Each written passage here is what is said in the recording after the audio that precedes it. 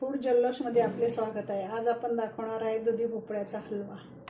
हलव्यासाठी लागणारे साहित्य: भोपळा छान धुवून व साल काढून घ्यायचे, किस त्याचा छान किस असा करायचा, साखर, तूप, दुधाची पावडर, काजू, बदाम, वेलची पावडर। कढई छान तापली आहे, त्याच्यात आपण तूप घालूया।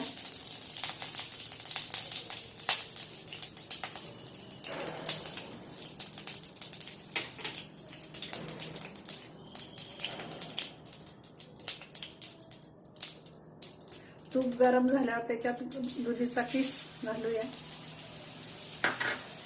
व तो छान असा पाणी निघेपर्यंत परतवून घेऊया। आपण आता दूध घालूया। दूध घालून चांगलं परतवून घेऊया। दूध छान आटलेलं आहे, त्याच्यात साखर घालूया, दूध पावडर घालूया,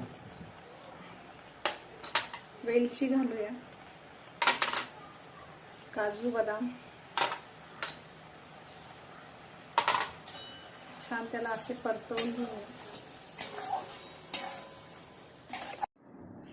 तयार आहे आपला दुधीचा हलवा। तुम्ही नक्की करून बघा, कारण दुधी हा बाजारात नेहमी मिळू शकतो। आवडल्यास व्हिडिओला लाईक करा, चॅनलला सबस्क्राईब करा।